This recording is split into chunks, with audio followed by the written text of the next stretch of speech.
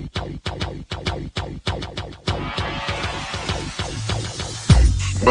to the ODDSBREAKER'S #1 place for shared, sharp betting information.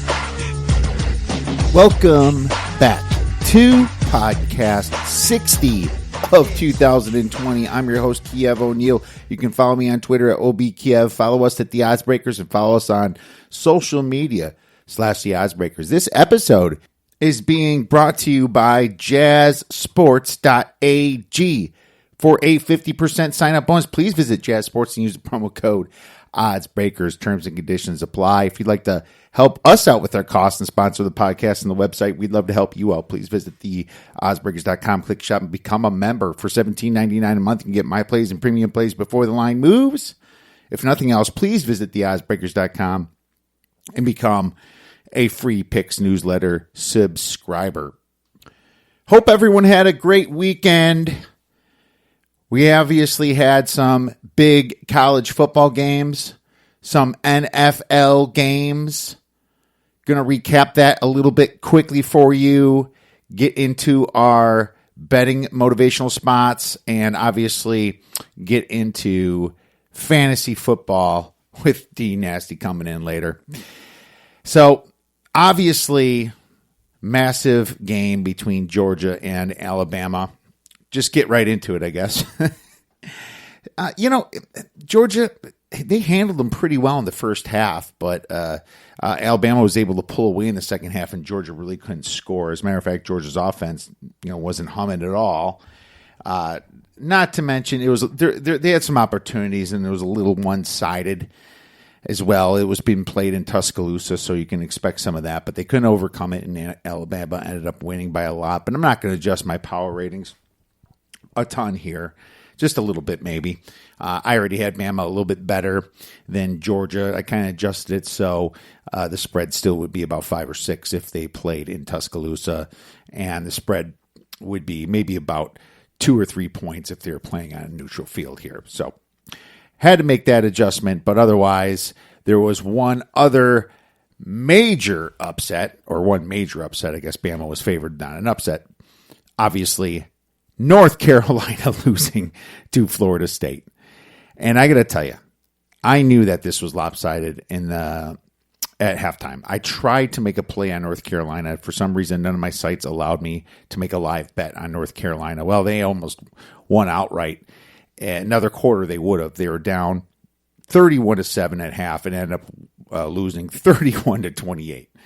So as you can tell, they got jumped and just couldn't come back with the amount of time in a college football game.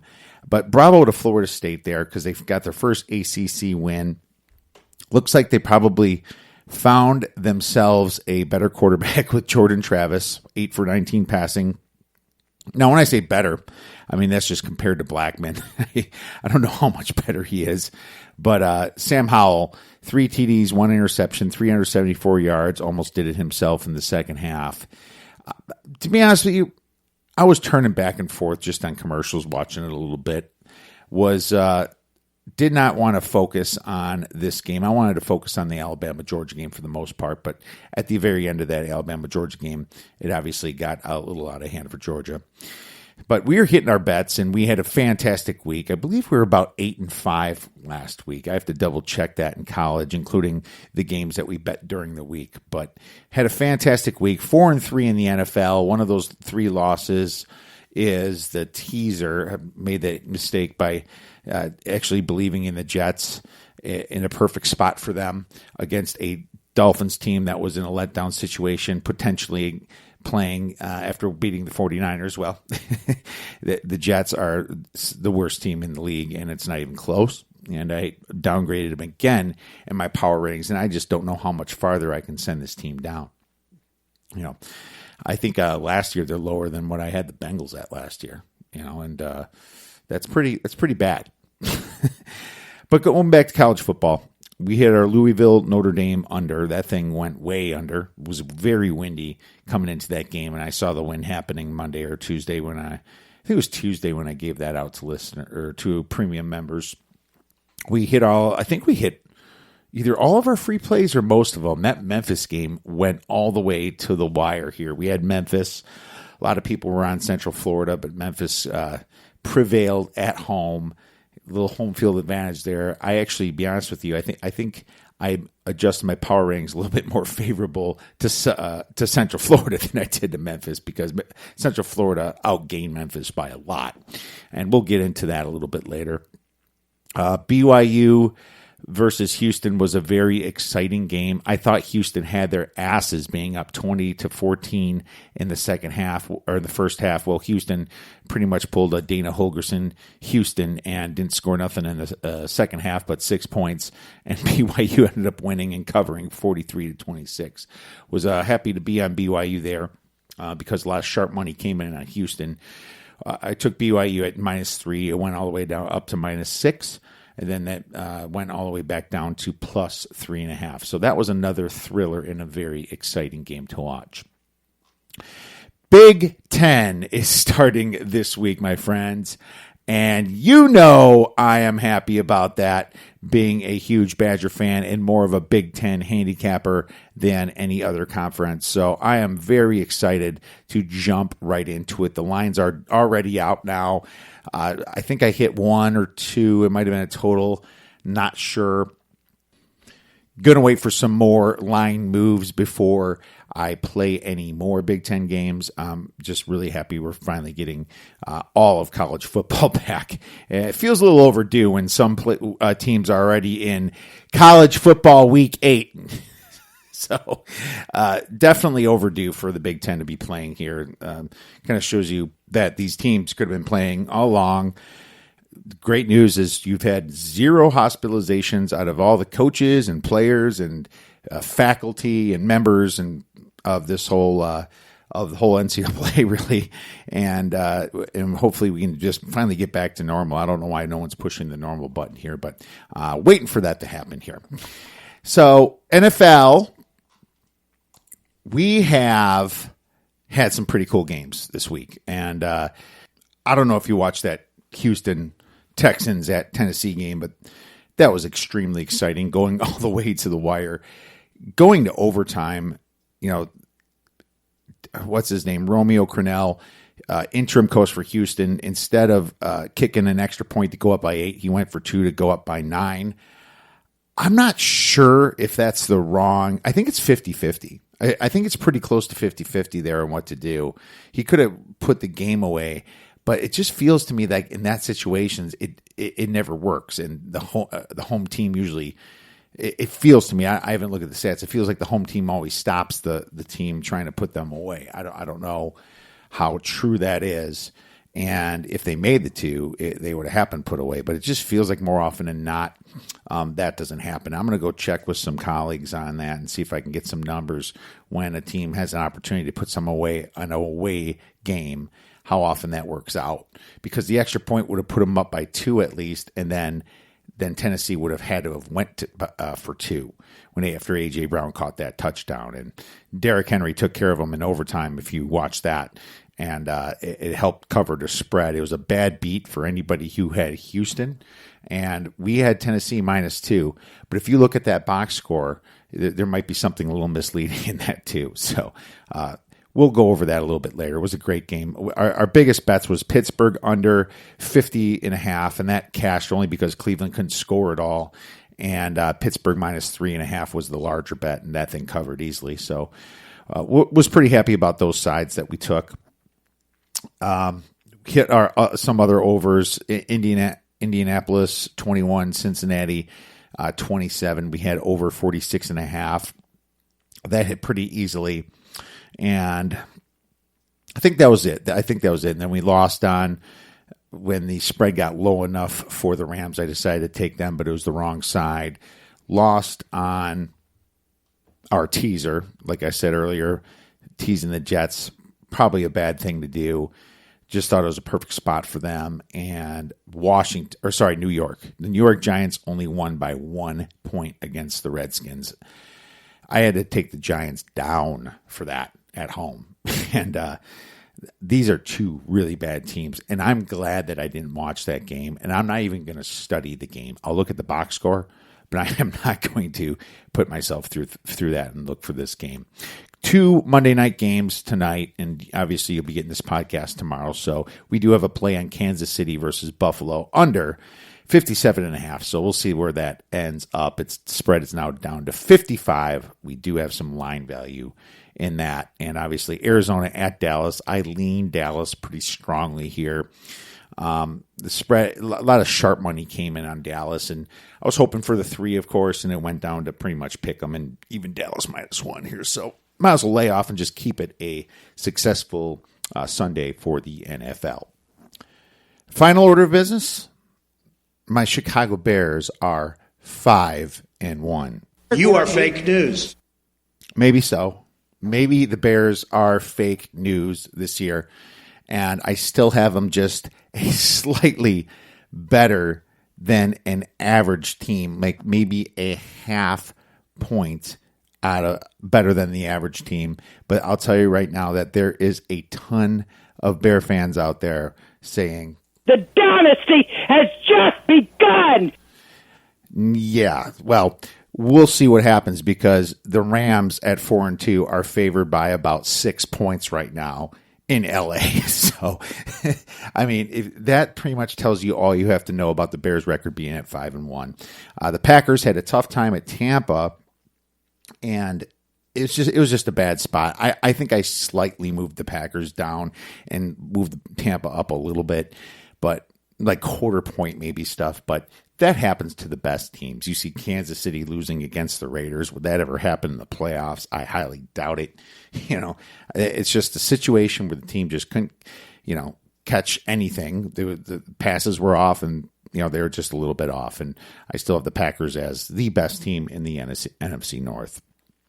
Let's move into college football week 7 misleading final scores. And we'll start out here with Temple. Temple outgained South Florida 412 to 324, yet only won by 2 stinking points. Unreal.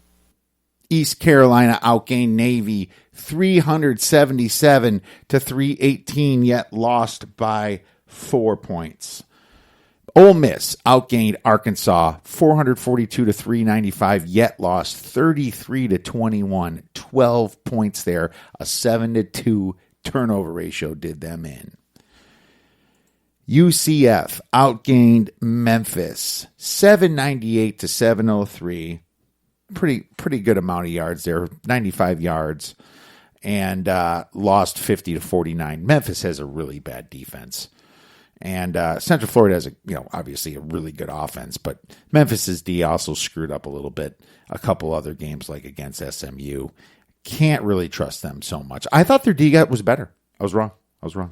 Kentucky only outgained Tennessee 294 to 287. That is 7-yard difference, and they won 34 to 7. A 4-1 turnover ratio did Tennessee in.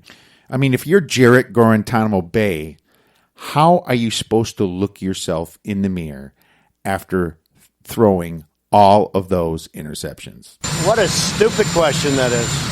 What a stupid question. But I watch you a lot. You ask a lot of stupid questions. UTSA outgained Army 383 to 358, yet lost 28 to 16. They also won the turnover battle, 0 turnovers to 1. Unreal. SMU outgained Tulane 581 to 387, yet only won 37 to 34, equal on turnovers. Auburn outgained South Carolina 481 to 297 and lost 30 to 22 in overtime, a 3-1 turnover ratio for poor old Bo Nix. Let's move right into college football week 8 betting spots. Letdown spots. Alabama at Tennessee after beating Georgia. I mean, Bama shouldn't have to let down to anybody. I guess this was a very big game. They've met in the playoffs multiple times recently. So I'm going to mark this as a slight letdown spot. Florida State at Louisville for sure after beating North Carolina is a letdown spot.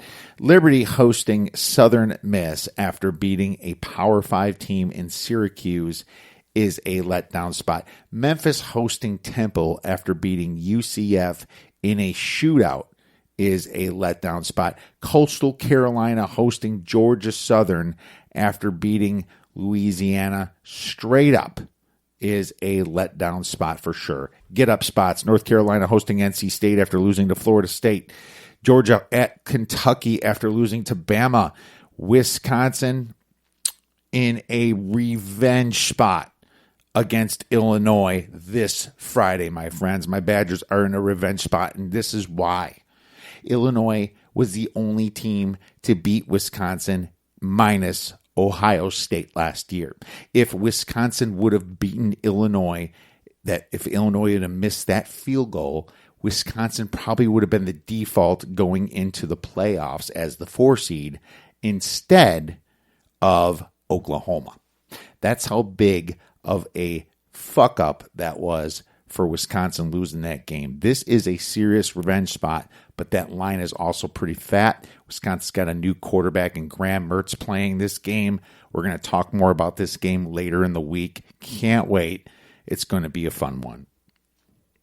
By the way, the Georgia get-up spot is not till the following week because they do have a bye week. Kentucky plays Missouri this week, so I just want to say that as well. Look ahead spots. Boston College looking past Georgia Tech to Clemson is a look ahead spot because Clemson's just Clemson, right? Georgia Tech looking past Boston College to Notre Dame as possible. So that kind of tells you maybe you want to stay off these lines.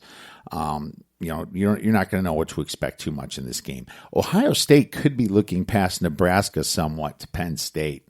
I don't know if the thing about this is it's such. I wouldn't factor this in that much unless it was mid-season. This is the first game of the season. Ohio State should be ready to kick ass this game and show everybody that they are the real national champions. But just to let you know, if all of a sudden you see a very close game or something crazy, keep that in mind that the kids might have been looking towards Penn State. But this is a for sure look-ahead spot.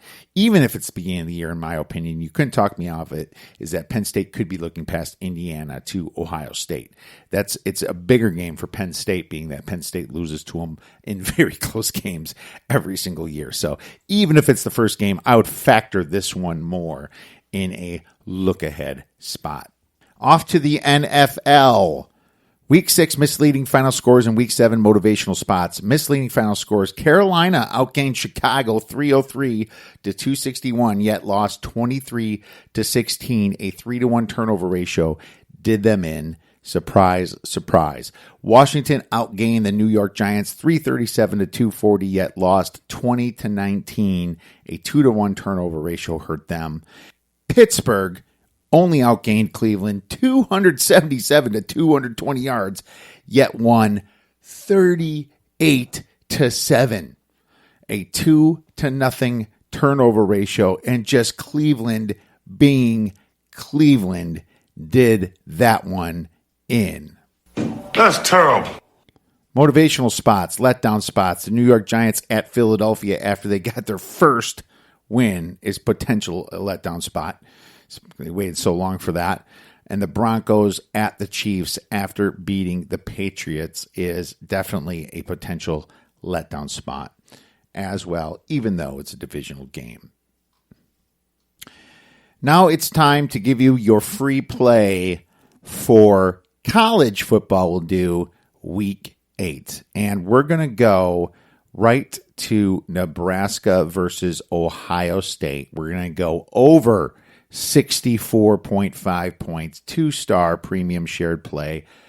Both of these teams play pretty fast, and both of them lost a lot of defense last year. Nebraska returns a ton of offense, okay? A ton. As a matter of fact, they rank just on offense, 92% returning offense on Bill Connelly's rankings. That's second in the nation on returning offense. They only rank 83rd on defense, returning 59% of their defense. Ohio State, they don't return a lot of players obviously went into the NFL, especially on offense, but they still have Justin Fields, right?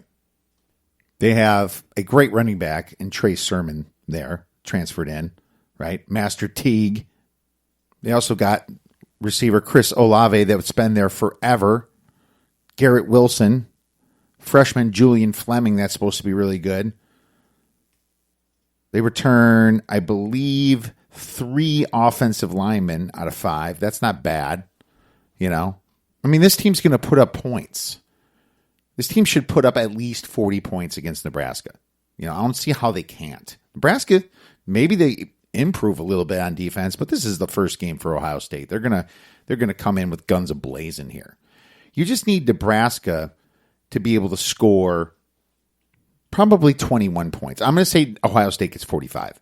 Ohio State gets 45 points for sure. Nebraska just needs 21. I think they're going to get that, especially towards the end of this game. And obviously everything above that is gravy. But this Nebraska offense has seen the Buckeyes a lot of times. Quarterback Adrian Martinez has played them 2 or 3 years. 1 year they actually got close to winning, and that game actually went over themselves. You know, they got some speed over there with Dedrick Mills, too, on running back. They have some pretty good speed there. Wandale Robinson is fast. You know, this is a team that might not have a good defense, but they're going to score some points. Remember the Scott Frost. This is now his 3rd season, I believe, over at Nebraska. That's kind of when his stuff starts to gel. His recruits are finally in tune. They're not underclassmen anymore. I think that they're going to put up some points. So that's the free play. Nebraska versus Ohio State over 64.5 points. I gotta go cause I got me a drop top, and if I hit the switch, I can make the ass drop. All right, it's time now for a little fantasy football with our guy, D Nasty. All right, now it's time for a little fantasy football. Week 7. We have our guy, D Nasty, back to discuss what has happened and transpired over week 6. Get into our waivers and all the good stuff. How you doing, Dave? Good. Just had some heartbreaking losses in the last minute of this game, though, tonight, so that was tough to take. Garbage touchdowns. Yep. Mari Cooper at the end. Some garbage touchdown. Made me lose in one league, and then I lost another one because Zeke didn't get that TD from the 1 yard line. That'll happen to you, man. That'll definitely happen. I feel you. Yeah, it's I have one league where I'm definitely the worst in points against. Everyone's scoring points when they have their super game when they play me for some reason, and that's just how it is, though. You know. Yeah, we've all been there. We've all been there, but no, I'm still doing good enough in my league and yours, so I'm happy about that for my 3 leagues. But you know, it's it was a good week for, I guess, just being a fan. Boy, does Dallas Cowboys suck, dude. Well, Zeke, 2 fumbles tonight, man. I needed 14 points out of him. 2 fumbles tonight. First time in any game he's ever had 2 fumbles. Yeah, Zeke let me down big time. The Cardinals' run D is not all that either. It's kind of like, you know, you're looking at the matchup, and it's like, oh, Cardinals one of the not so good run Ds, and you got Zeke, and you're like, oh, I just need 50 points between Zeke. I think I needed like 45 points between Kelsey and Zeke, and no, it was Tyreek Hill and Zeke, and Tyreek Hill didn't do shit tonight. It was Kelsey got everything. I have Kelsey in another league, thank goodness, but it was Hill that choked out. I think he got 4 fantasy points, and Zeke with the 2 fumbles. They benched him for most of the game. I know. But I got to tell you this, though, Dave, for a Packer fan, it must at least be okay to watch Mike McCarthy struggle so much. No, it is awesome, actually. Just that on the sideline.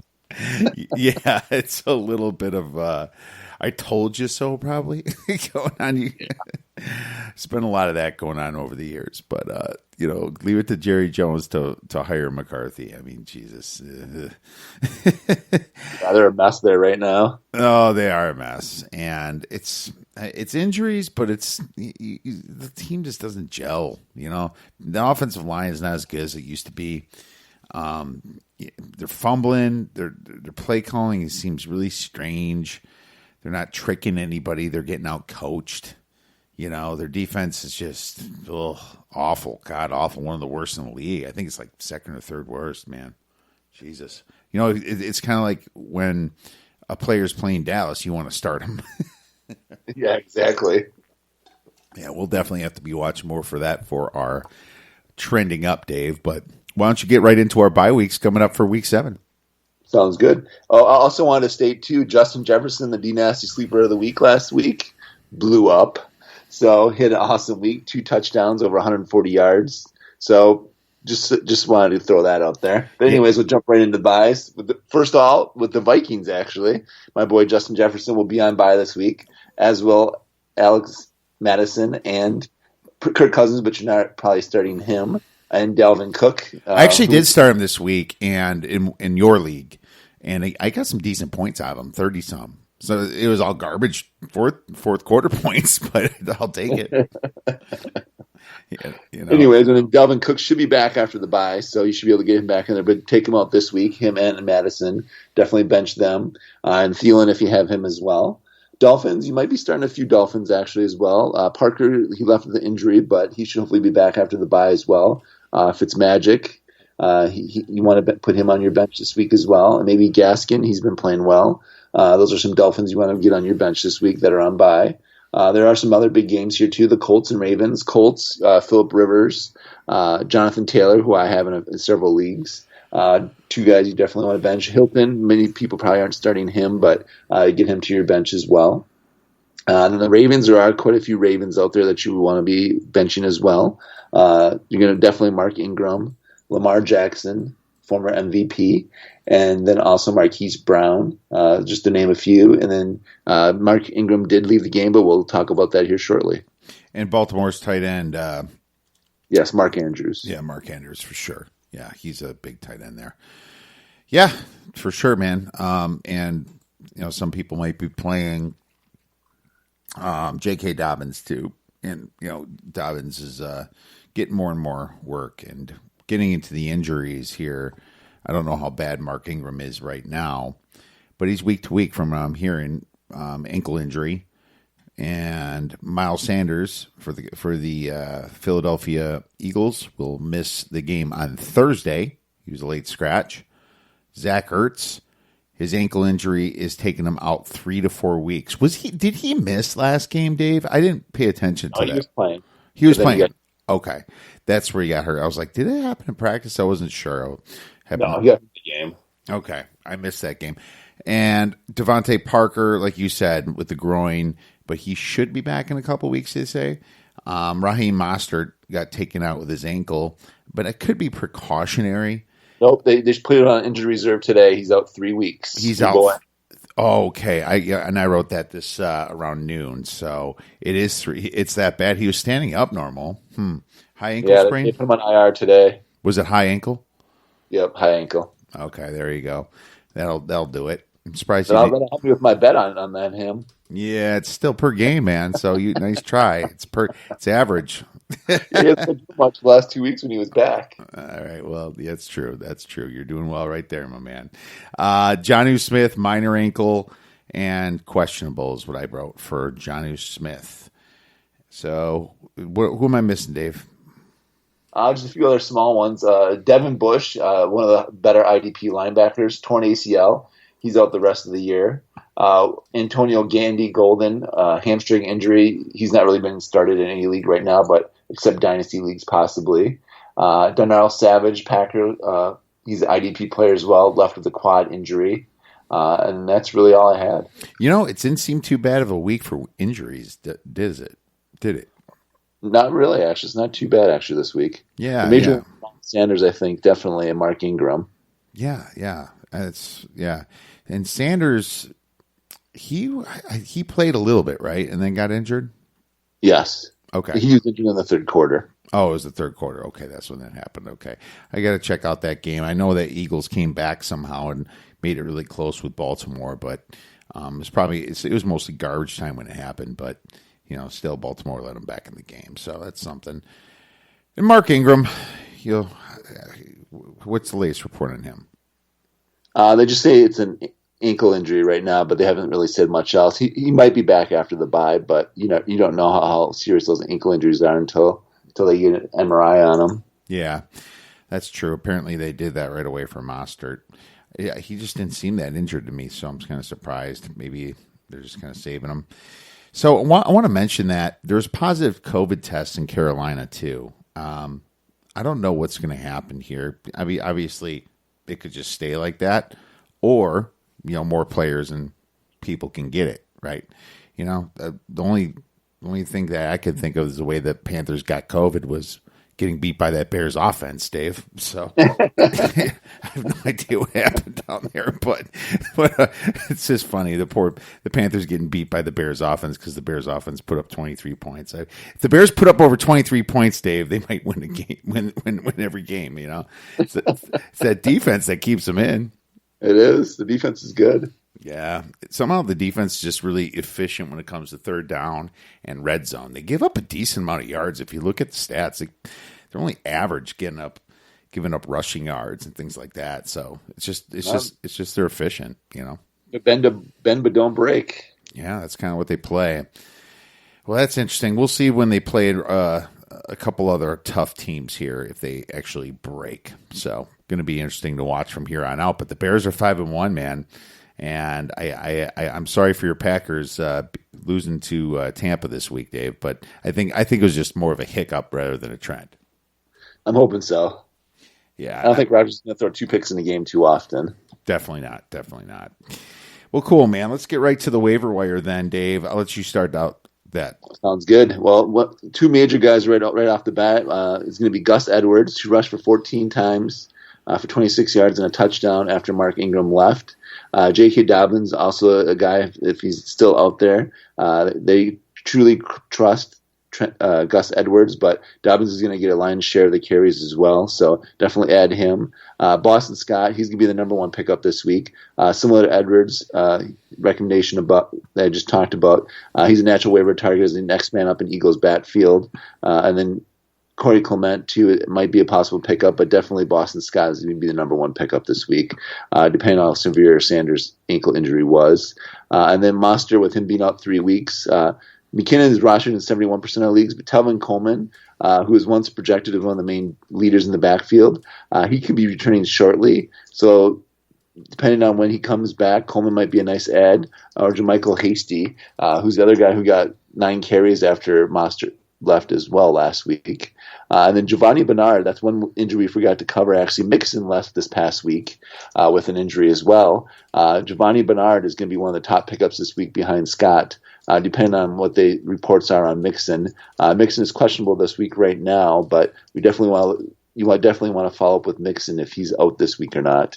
And then Keelan Cole, only rostered in 29% of leagues right now. He's been playing very, very well. This past week, he had over 100 yards again, and he had touchdowns the last 2 weeks. So definitely one of the main targets in Jacksonville, and Gordon Minshew does like him. And then James Washington, only owned in 10% of leagues right now, with Deontay Johnson sitting due to the back injury. He stepped in and he put up 4 receptions for 68 yards and a touchdown. So definitely a guy you want to take a look at. Dallas Goedert, who was injured, 17 targets in the first 2 weeks. He could be coming back soon. He's definitely a guy you want to take a look at if he's back, especially with Ertz out. And then Jalen Reagor could be possibly coming back as well pretty soon. So he's another guy in the Eagles' backfield. And another guy, Anthony Fisker. He's been going off the last 2 weeks. He went this past week, 8 catches, 113 yards, and a touchdown. And the previous week, he had a decent game as well. So definitely want to take a look at him. And then for a streaming defense, going with the Eagles this week. Their per game averages of 1 interception and almost 1 fumble and almost 3 sacks per game. So they do create quite a bit of turnovers. So the Eagles will be my streaming defense for the week. And then my last pickup would be Justin Aber. For the Chargers, he's back off a bye. If no one does have him in your league, pick him up right away. He's definitely a guy you want to start the rest of the way, or place those guys on bye. Well, there you go. The Eagles D playing the Giants, right? So yep. That's usually good. And surprisingly, Eagles D has just been really good lately. Even the offense has been terrible.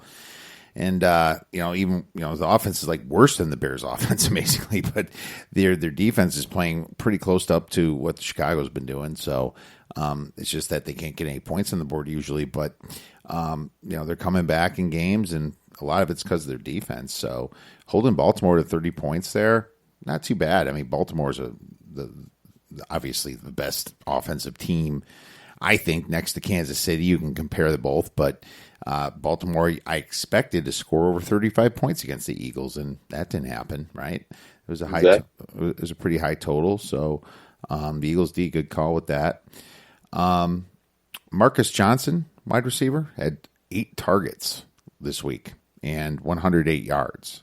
So he's somebody to think about too. I like your Anthony Firsker pick, Dave, tight end. I had him as well. And Jonnu Smith was injured, but Fisker had the 9 targets and a TD, I believe, last week, didn't he? Something like that. Yeah, he had a big game last week as well. So that's 2 big games in a row. So 1 week is a fluke, but 2 weeks, that's definitely a guy you want to take a look at then. Yeah. And Darren Fells actually got 7 targets, 85 yards, and a touchdown, right? With Jordan Atkins out for Houston. So I just don't know how much more work he's going to get if Atkins is out. I think you had everything else I had. I have Dobbins over Gus Edwards, though. Okay. I think Dobbins is he's owning 55% of ESPN leagues. So I just think he's going to be better than Gus Edwards, in my opinion. And I do agree with your Boston Scott. And if you're really desperate, I guess Corey Clement, But, he didn't even receive a touch this last week. But maybe they'll pull him off the bench there. Who knows? Good old Corey. Week 7, players trending up, Dave. I'll start out here. Deebo Samuel had a really good game versus the Rams, and he's going to be used a lot going forward, in my opinion. He was kind of a key guy. He was getting like handoffs for jet sweeps and stuff last year. I like Deebo Samuel if he happens to be available. If somebody happened to drop him, in case their IR was full or something like that, keep an eye out for Deebo. Boston Scott, of course, is trending up versus a horrible Giants D. Aaron Jones had a bad game, but Houston is the worst team, allowing running backs 178 yards per game. Ouch. I expect Aaron Jones to have a huge game this week. Christian Kirk, I expect to have a great game against Seattle's horrible pass D. If you saw Kyler Murray tonight, you saw that he was grooving it. Let's see here. Marvin Jones for the Lions against the Falcons. Horrible, piss poor D. And I think Marvin Jones is going to get his this coming week against the Falcons. Kareem Hunt is a streamer versus Cincinnati here. I like Kareem Hunt, and I like Jarvis Landry versus Cincinnati this week. And he was a little bit banged up, though, too. I don't know how bad it is, but I didn't hear anything too bad. I think he stayed in the game, actually. And Joshua Kelly, running back, versus the terrible Jags D this week with Eckler still on IR. Mike Williams versus the Jags, and T. Higgins versus the Browns will get some points, Dave. Who are your players trending up? I had a lot of the ones that you had. You like a lot of those guys. Also, don't forget about Justin Jackson for the Chargers because he was splitting carries with Joshua Kelly. And then DeAndre Swift, another Lions guy I like against the poor Falcons defense. Swift, actually, a guy is out there. If he's out there too on waivers, definitely take a look at him. If someone might have dropped him, he had over 100 yards this past week and a touchdown. They seem to be going him the more and kind of phasing over from Peterson to Swift. They're going to the younger guy now, I think. So definitely look for him forward. I do like the Jones pick. I definitely agree with that. I like Bills. I like Josh Allen and Devin Singletary against the poor Jets defense as well. And then also Cole Beasley has actually been playing well the last couple of weeks and Stephon Diggs. So definitely like most of the Bills against the Jets' poor defense this week. Cowboys, I look for Andy Dalton to bounce back against the poor Washington defense as well. And then Zeke could probably bounce back. You were starting him already, but Andy Dalton I like against the Washington defense. And then one other guy I do like, Teddy Bridgewater against Saints pass D. Definitely Mike Davis is going to be held in check this week against the Saints, but I do like Teddy Bridgewater as a streamer this week against the Saints. And then also I do like Jerick McKinnon against the Patriots. Patriots didn't look that good at all this past week against the Broncos. So I do like McKinnon this week as a starter against the Patriots this week. All right, man. I like it. Yeah, I was looking at the Lions stats when you brought that up. 15 rushing attempts for Peterson, but 14 for Swift. And then you got poor Kerryon Johnson sitting there with 4 rushing attempts and 9 yards. Still wondering whose Wheaties he pissed in, Dave. I know. They just hate that guy. He's been in the doghouse for a year and a half now. Oh, he was good when he was healthy, too, man. What the hell happened there? Jesus. All right, Week 7 bust. What do you have? All right. I don't like anyone in this game right here. The game that I'm talking about is going to be the Steelers at the Titans. I'm benching most players from both teams. Of course, you still got Derrick Henry, but Derrick Henry against the tough Pittsburgh Steelers D, I definitely got to downgrade him now. I just don't like this matchup. And Tannehill, too, against the tough Steelers D. I'm definitely downgrading both of them. And then on the other side of the ball, I'm definitely downgrading Big Ben and James Conner against the Titans. They've been playing well on defense as well. So this is going to be a game you don't want to really – it's going to be tough to play anyone in this game except for Henry. You almost have to start him. He's a must start. So that's going to be a tough matchup for them. Another tough matchup. It's going to be the Raiders against Tampa Bay. Tampa Bay did look good on the defense. They were getting after the quarterback. Definitely downgrading Jacobs and Derek Carr against a tough Tampa Bay defense. The Rams, Jared Goff has been playing well. Cooper Kupp and Robert Woods. They're going against your tough Bears D. The Bears D has been keeping them in these games and helping them win some of these games. So definitely downgraded some of the Rams this week. And the Broncos, Drew Lock did not look good in his return. Hopefully he plays better against the Chiefs, but Chiefs have been just looking good. They're on fire right now. Somehow they won the game, though, didn't they? I don't know. Exactly. I don't know how they won that game. My survivors got destroyed. I Sure. was still in some, and I was like getting down to where it's looking good, and I thought I picked the Colts in one of them, and one of them, like, the website crashed, and I couldn't change it anyway, but I emailed them like, hey, what about all the people that wanted to put the real pick in? Because usually I do one game and one and the other, but I put 2 as the Patriots this week, and then I go back to try to log in to change it, and their site crashed. So I'm like, what the hell happened there? I don't know. I'm just complaining, but yeah, lots of people picked the Patriots this week in survivors. So then the Broncos, another guy, people I'm downgrading as well. Tim Patrick, you're probably not starting him, but Drew Lock, definitely downgrading him. Jerry Jeudy. Chiefs have been playing well. I'm definitely downgrading the Patriots against them as well. Yeah, the Chiefs look good on D2 now, too, huh? Ugh. Yeah, the Chiefs just look so good lately. No, I agree with some of those. I don't agree with the Tennessee's D, though. I think that Connor is playable here. The Tennessee only ranks 26th against the run. 137 yards per game is what they're giving up. So I disagree with that. And one thing positive for Derrick Henry is Devin Bush got injured. That's going to hurt him a lot. Yeah, I think that's going to hurt the Steelers a little bit, and it's just a bad spot for the Steelers, kind of. They have a look ahead to the Ravens, too. So I'd still be okay with starting those guys. Any more? That's all I got. All right, so I have a couple. I got Josh Jacobs versus Tampa's great run D. I think Tampa's got the number 1 run D. You see how they stopped Aaron Jones last week. I'd be worried about Josh Jacobs this week. Mike Davis versus the Saints run D. Sean Payton knows he has to stop Davis to beat this team. And Sean Payton's not going to let Teddy Bridgewater beat him because Teddy Bridgewater played for him last year. It's going to be a really good game to watch, by the way. Yeah, it's going to be a good game. Yeah, Carolina versus Saints. Hell yeah. Kenyon Drake versus Seattle's run D. For some reason, Seattle has a good run D, and their pass D is horrid. It's like 2 ends of the spectrum there. But Arizona might be winning this one through the air. Allen Robinson and Nick Foles, because they're playing the Rams. Well, Ramsey's going to be on Allen Robinson, and they have a really good pass D, and obviously it didn't show so well because Jimmy Garoppolo was only taking 2 seconds to pass the ball, and just great coaching by Shanahan. If you watch that Sunday night game, just out-coached literally Tim McVay. So I think that Allen Robinson is going to have a tough time, and in my opinion, they're gonna want to bounce back at home here hard against the Bears, and that's why you see that spread the way it is. And Nick Foles, I don't like him against the Rams either this week. The Bears don't have a good offensive line, so I know you did downgrade some Rams. Maybe take the under in this game. So, maybe you're not going to see a ton of points. I don't know. The Bears are due for a stinker though, so I'm worried about that side of the ball. What do you have for your sleeper, Dave? Your nasty, disgusting sleeper of the week that nobody wants to play but will win your game.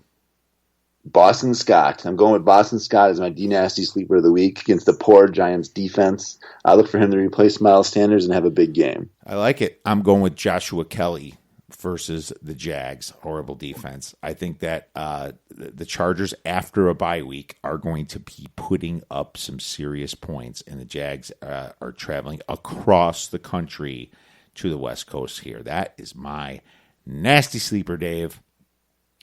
Any final thoughts, my man? Yes, Fantrax scoring is still down for anyone that does play fantasy football in Fantrax. It's been down for 2 weeks now. They did not have scoring for last week or this week. Be patient. I'm going crazy over here not knowing if I'm winning or losing in 2 of my dynasty leagues that I have in the head. So just be patient. Hopefully we'll have that fixed soon. No doubt, man. Hopefully for all the people using Fantrax. Pretty popular site. All right. Well, thanks so much, everybody, for listening to this episode of the Odds Breakers. If you have any fantasy questions, please feel free to tweet us at the Odds Breakers. Have a great rest of your week and go get some winners.